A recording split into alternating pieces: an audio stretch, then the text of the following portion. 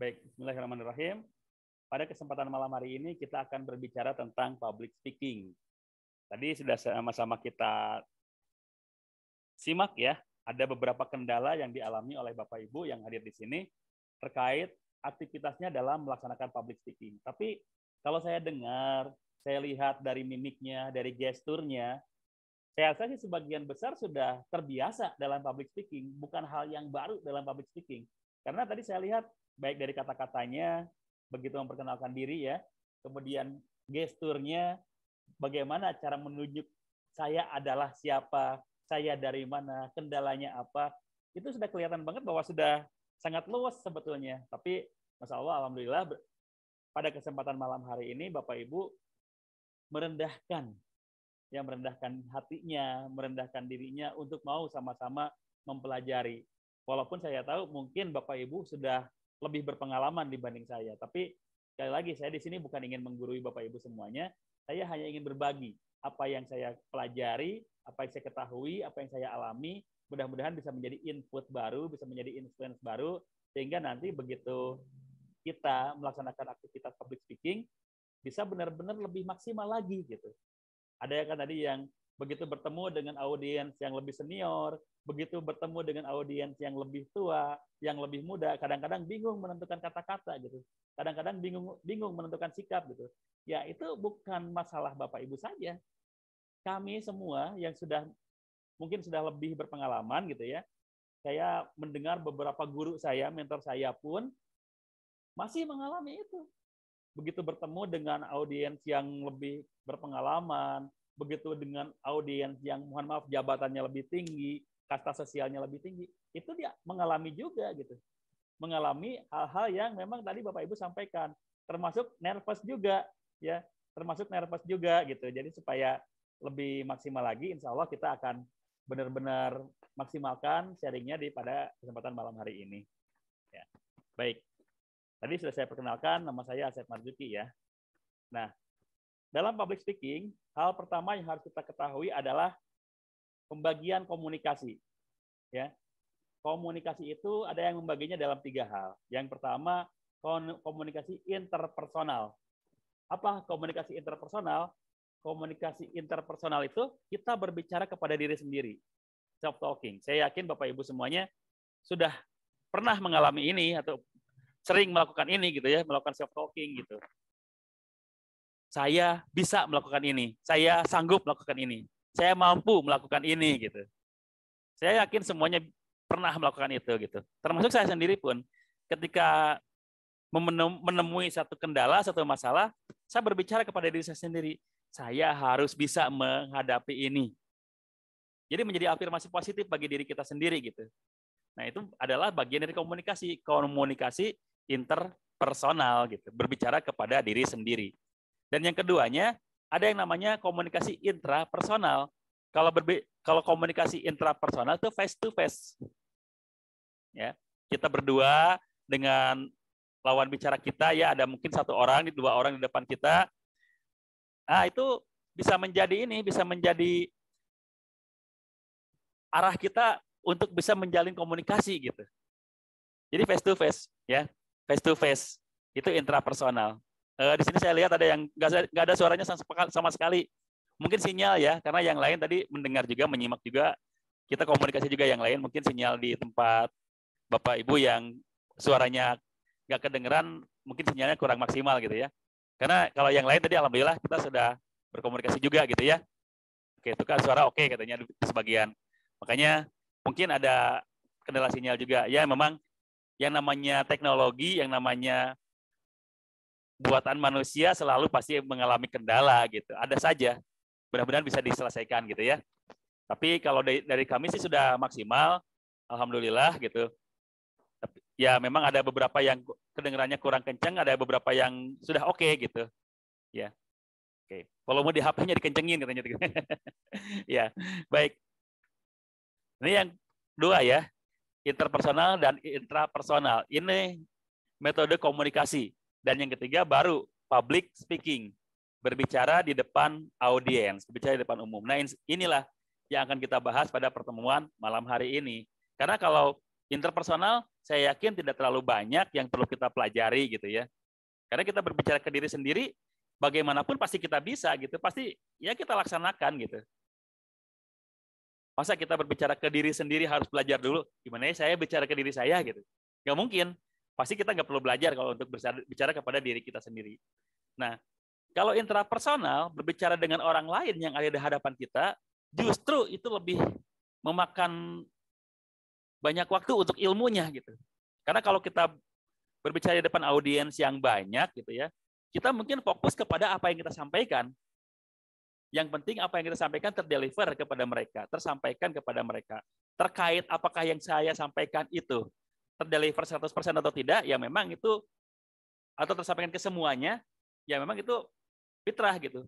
Tidak mungkin kita bisa menyampaikan ke semuanya. Karena di antara banyaknya audiens itu, tidak sedikit mungkin yang punya majelisnya masing-masing, tidak sedikit yang punya negara di dalam negara gitu.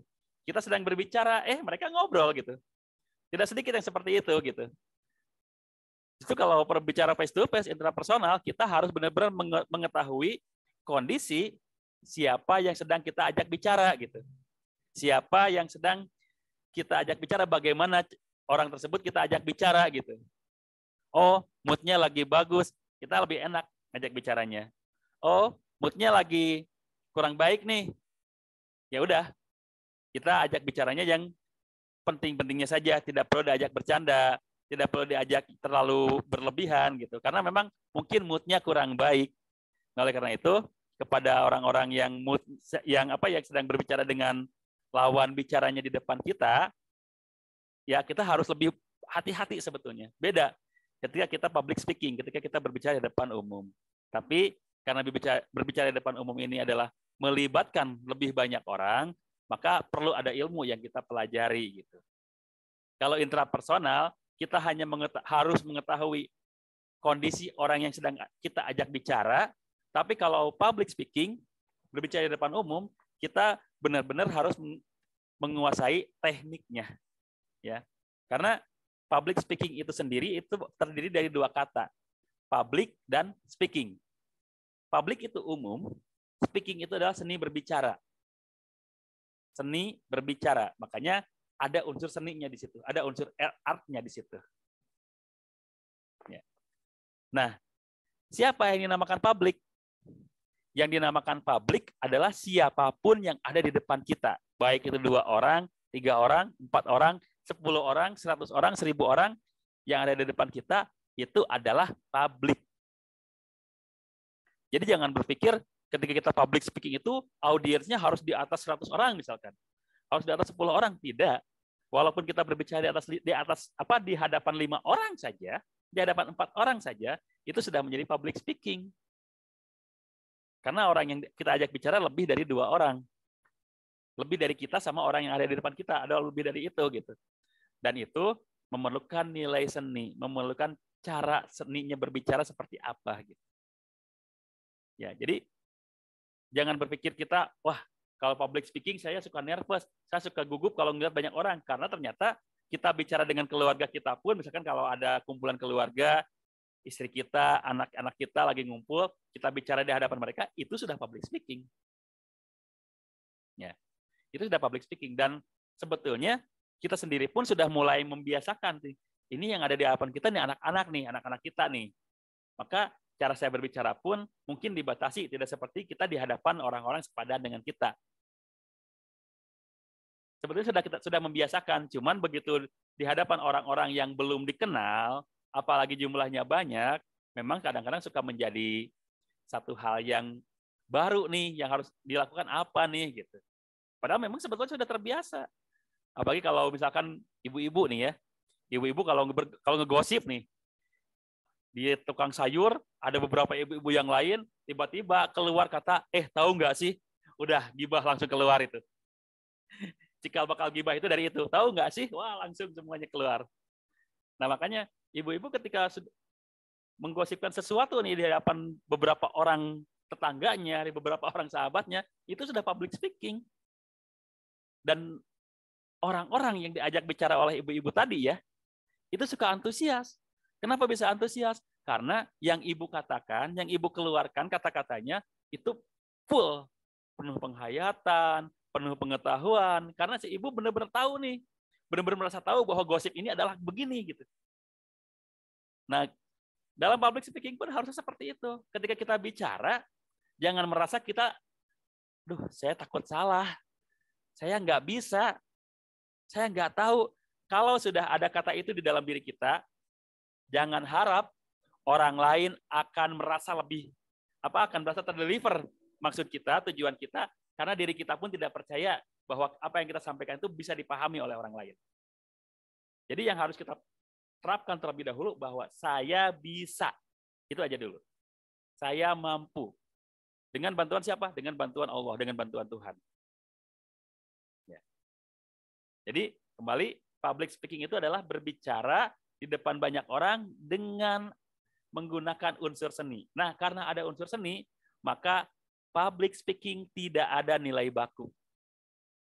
Contohnya kalau Pak Mirhanuddin berbicaranya seperti itu tidak salah. Karena mungkin ya itulah gayanya Pak Mirhanuddin. Tidak ada orang yang bisa menyalahkan gaya bicara. Nggak ada. Karena dalam seni public speaking itu tidak ada nilai baku. Karena apa? Karena seni. Seperti kita memainkan musik, ada orang yang suka dangdut, ada orang yang suka rock. Kan tidak bisa saling menyalahkan. Ya kesukaannya masing-masing.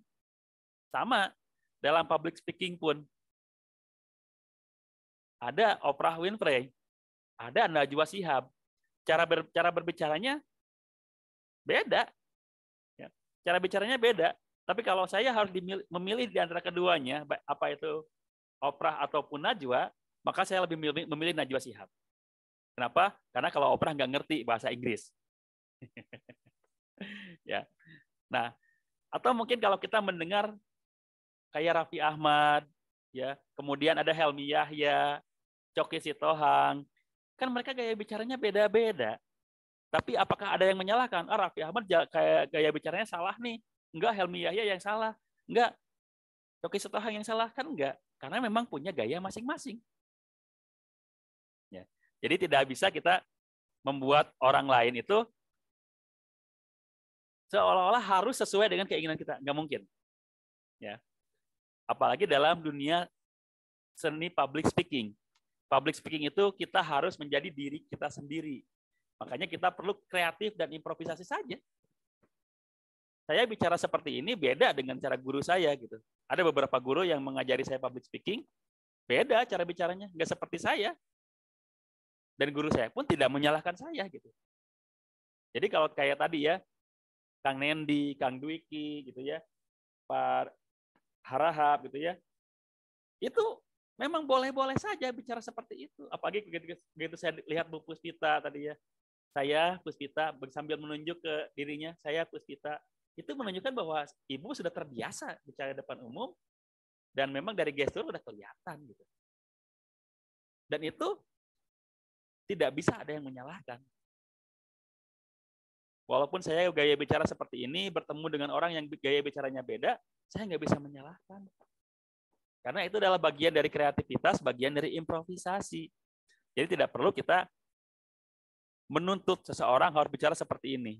Kalau dalam dunia tausiah, ya ceramah, antara Agim dengan Habib Rizik, itu beda gaya bicaranya.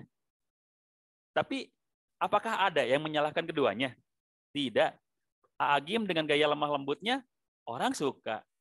Habib Rizik dengan gaya berapi-apinya, orang suka. Jadi, ya memang tadi, bicara itu ada unsur seninya. Semua orang punya seleranya masing-masing. Mungkin saya lebih suka gaya bicara si A. Kalau gaya bicara si B, walaupun tidak salah, saya kurang suka. Tapi mungkin Bapak lebih suka gaya bicara si B, karena saya nggak begitu suka gaya bicara si A. Itu hak. Itu silahkan saja. Ya. Karena yang paling penting di dalam dunia public speaking adalah kita menjadi diri sendiri.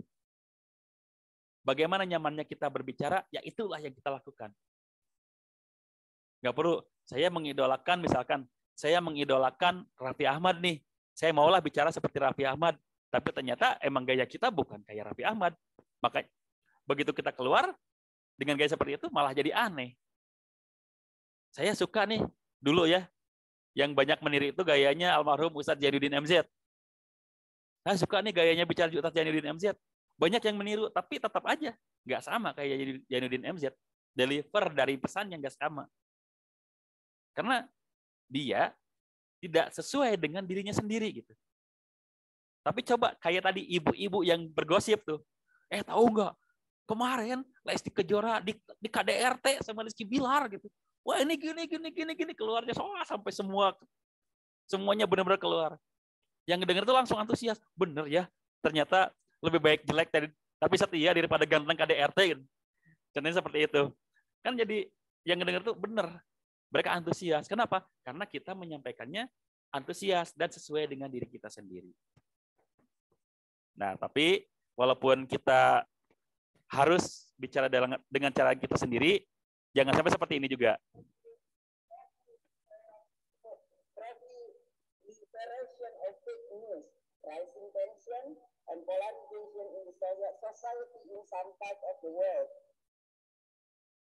Nah, ya walaupun kita bicara sesuai diri kita sendiri, tapi jangan gitu juga gitu ya. Kalau misalkan bukan seorang figur, ya bukan seorang ketua DPR, ya mungkin tidak disalahkan. Silakan aja ngomong kayak gitu. Cuman kan beliau figur, beliau itu harusnya sudah sangat terbiasa bicara di depan umum. Dan yang memberikan naskah itu pun, saya yakin orang yang sudah sangat dikenal. Harusnya dari awal sebelum beliau menyampaikan itu sudah dilatih gitu. Tapi ini ya kita dengar sendiri barusan kayak gimana gitu. Kalau saya daripada gaya bicara seperti ini, saya lebih suka ini. Dalam atas nama saya yang dari kewakilan Tuan Rua, saya kan kita sing rapi, repe, Rita, Gema, dengarkan kita supaya jangan keributan. Saya tekankan dari masyarakat desa Sukrawetan Katinggawa. Dan pokok kita jangan sesuai, jangan era lawan kena awat ya tolong. Yang kita sing rapi, beres cokete ya awat. Sebelum suntuk malam, ya kita dari Pamong Desa Sukrawetan Kecamatan Sukra Kabupaten Indramayu ya. Saya wassalamualaikum bro. Atas nama ya. Saya sebelumnya Anda kita dikembalikan ya dari perwakilan tuan rumah saya. Saya atas nama ya Desa Sukrawetan Kecamatan Sukra Kabupaten Indramayu ya. Ya ini saya yang belum suntuk malam. Saya menegaskan dari repe, ripa, rapi, gema, ripa. Assalamualaikum. Nah, gimana? Ada yang paham maksud dari pembicaraan si Bapak barusan? Ada yang paham nggak? Apa yang dimaksud si Bapak barusan? Silakan kalau ada yang paham silakan tulis di kolom chat. Maksud si Bapak barusan itu ngomong apa sih? Pokoknya yang saya paham gemah ripah, repeh, rapi, sing beres cokete katanya gitu. Nah, tapi ini lebih mending dibanding tadi. Ya, lebih mending dibanding tadi yang disampaikan oleh Ibu Puan. Kenapa? Karena kalau Ibu Puan kalau Ibu Puan kan figur gitu, harusnya sudah terbiasa. Kalau si Bapak ini, ya kita tahu sendiri mungkin dari faktor usia, faktor IQ, pendidikan juga gitu ya. Wajar gaya bicaranya seperti ini. Tapi justru dengan gaya bicara seperti ini, beliau jadi terkenal. Saya lihat YouTube-nya yang mengupload ini, itu sampai ratusan ribu viewer loh. Sampai ratusan ribu viewer. Artinya apa? Artinya si Bapak ini bisa menarik perhatian orang lain dengan gaya bicara seperti ini. Tapi ya tetap kita tidak boleh mengikuti cara-cara yang memang kita sendiri pun menganggap ini aneh gitu. Ya kita ikuti saja yang menurut kita ini yang baik seperti ini gitu. Ya. Yang penting jangan ada keributan ya. Kita rapi gitu ya. Sing tertib begitu ya pokoknya gitu ya. Oke. Nah itu ini sebagai perbandingan bahwa kita kalau ingin benar-benar nyaman dalam berbicara, ya jadilah diri sendiri. Jadilah diri sendiri. Tapi dalam menjadi diri sendiri itu bukan berarti kita mengikuti apa yang salah menurut diri kita, apa yang tidak sesuai menurut diri kita. Kita perlu menambah influence, kita perlu menambah wawasan, menambah perbendaharaan kata juga, supaya ketika kita berbicara di depan umum, kita bisa lebih maksimal. Ya. Baik, sekarang kita lanjutkan. Slide-nya kita lanjutkan kepada powerful of public speaking. Nah, dalam public speaking itu ada yang membuat kita lebih powerful. Kalau tadi kita melihat Ibu Puan seperti itu bicaranya, apakah kita merasa beliau powerful? Saya yakin enggak. Kelihatan banget kalau beliau membaca. Dan dalam membacanya pun kelihatan banget kalau beliau itu belum hafal. Jangankan paham, belum hafal membacanya juga gitu. Jadi nggak kedengeran powerful-nya, nggak ada kedengeran power-nya dalam berbicara. Karena dalam berbicara itu ada yang membuat powerful, yaitu yang pertama word-nya, kata-katanya. Tadi saya lihat di sini banyak yang mengalami kendala itu susah mengatur kata-kata. Nah, terus bagaimana caranya? Kita sebagai seorang speaker, seorang public speaker, wajib hukumnya suka membaca. Kenapa? Karena dengan membaca itu akan menambah literasi, itu akan menambah perbendaharaan kata. Jadi di dalam otak kita itu kan otak kita bisa dibilang big data di sini ya, komputer terbesar di dunia ini ya otak kita sebetulnya. Jadi kalau kita dibandingkan komputer seharusnya lebih pintar kita gitu. Jadi begitu kita sering membaca, literasi kita banyak, kosakata kita semakin banyak perbendaharaannya, ada satu kata yang mungkin harusnya kita ucapkan tapi lupa, maka otak kita langsung merespon dengan mengeluarkan kata lain, padanan katanya, dan akhirnya keluar kata yang bagus. Makanya untuk kata-kata, kita wajib pertama rajin membaca. Seorang public speaker itu tidak mungkin mereka tidak pernah membaca, harus rajin membaca. Boleh, sekarang membacanya boleh apa saja, tidak harus buku. Kita baca artikel di media sosial, kita baca berita, itu boleh. Yang penting kita bisa menambah perbendaharaan kata, bisa menambah literasi. Gitu. Jangan sampai kayak si Bapak tadi ya, itu kan menunjukkan bahwa beliau itu tidak menguasai banyak kata, jadi begitu mau mengeluarkan kata-kata yang lain, yang ingin beliau sampaikan, tapi karena tidak ada di otaknya itu perbendaharaan kata yang memungkinkan, yang mencukupi, jadi bingung mau keluarnya apa, ya sekeluarnya aja akhirnya gitu. Nah kalau kita sebagai seorang public speaker, kita itu wajib hukumnya bisa menambah perbendaharaan kata dengan membaca dan mendengarkan.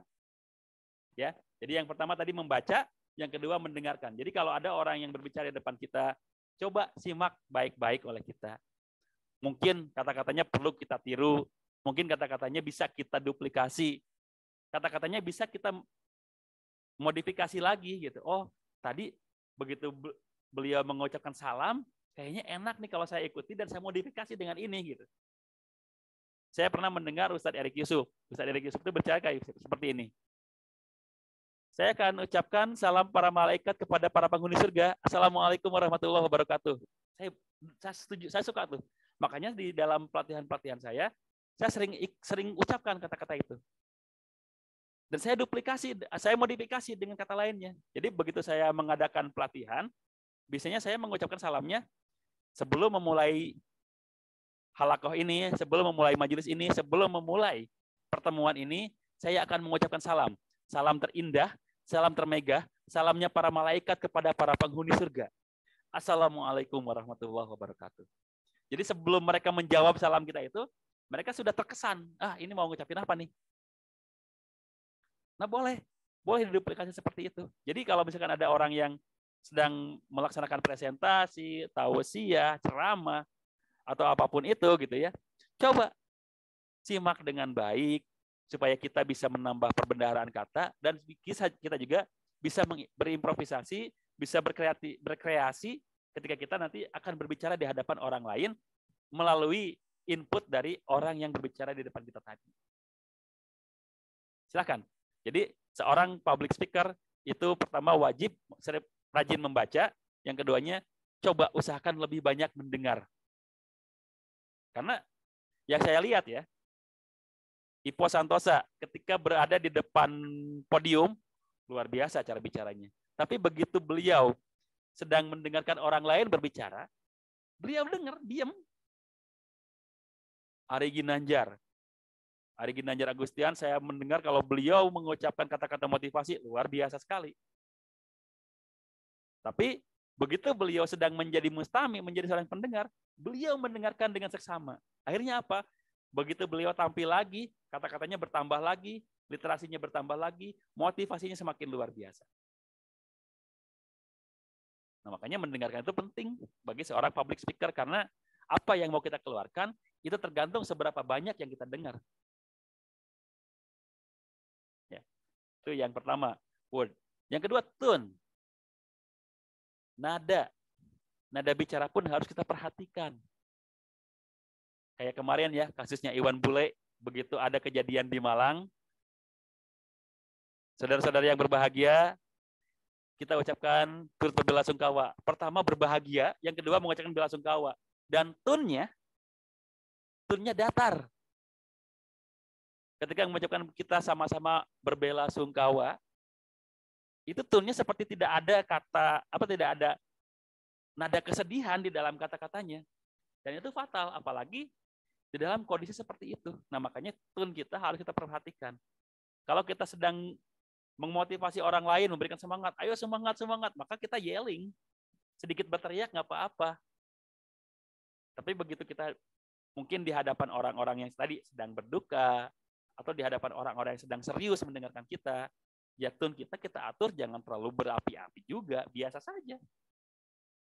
Benar-benar mengajak orang untuk bisa larut di dalam apa yang kita sampaikan. Atur tone-nya. Baru yang ketiga, motion. Gerakan kita. Kayak Bu Puspita tadi ya. Perkenalkan, nama saya Puspita. Itu kan sudah ada motion-nya yang bagus ya. Perkenalkan, nama saya Puspita. Menunjuk ke diri sendiri. Itu sudah ada motion yang bagus. Kalau yang lain, saya tadi belum melihat itu, tapi bukan berarti tidak ada. Mungkin saja di forum ini karena waktunya terbatas, jadi itu tidak keluar. Mungkin begitu di forum yang lain, ketika Bapak Ibu tadi sedang melaksanakan aksi public speaking-nya, motion-nya bisa lebih bagus. Cuma dalam motion, dalam bergerak, kita harus perhatikan sejauh mana perlunya kita bergerak. Jangan over kinesthetic. Apa over kinesthetic? Terlalu banyak bergerak. Omongannya baru beberapa, gerakannya sudah ke sini, gerak-gerak kemana-mana gitu gerakannya. Itu membuat orang malah menjadi kok aneh gitu. Menjadi aneh gitu. Sesuaikan saja. Kalau misalkan tadi di forum yang audiensnya sedang berduka, ya kita gunakan tone yang lembut, motionnya juga motionnya santai, yang slow, bahkan mimik mukanya, gesturnya perlihatkan penuh kesedihan. Walaupun mungkin kita nggak sedih-sedih amat gitu ya, karena yang ada di depan kita pun nggak kenal. Yang kita sampaikan, rasa belasungkawanya, kita pun nggak kenal siapa mereka. Tapi ya, sikap empati kita, itu harus kita kedepankan. Makanya motion itu penting. Supaya orang bisa larut. Jangan sampai gini, coba semuanya semangat. Ayo semangat semuanya. Tapi kita nggak bergerak apa-apa. Orang lain nggak bakal ikut semangat. Tapi kalau kata, ayo semangat semuanya. Minimal orang lain tertarik, wah, iya saya juga harus semangat. Coba kalau kayak tadi, Ayo, semuanya semangat ya. Ayo semangat semuanya. Tangan kita di bawah. Kemudian kita pun badannya nggak ada gerak apa-apa. Mimik muka pun, mata pun kita nggak main. Orang lain mau ikut semangat gimana gitu. Nah, makanya motion kita perlu kita perhatikan juga. Kapan perlu kita bergerak, kapan perlu kita diam. Ya. Ini yang bisa membuat public speaking kita benar-benar powerful. Board kita bagus, kata-kata kita tertata rapi, nadanya pun sesuai, kapan nada tinggi, kapan nada rendah, kapan nada slow, kapan speed dikeluarkan, dan motionnya juga disesuaikan juga. Ini sedang menyemangati orang lain, ini sedang kita harus membuat orang lain slow, itu harus kita perhatikan. Makanya 3 aspek ini sangat penting ketika kita berbicara di depan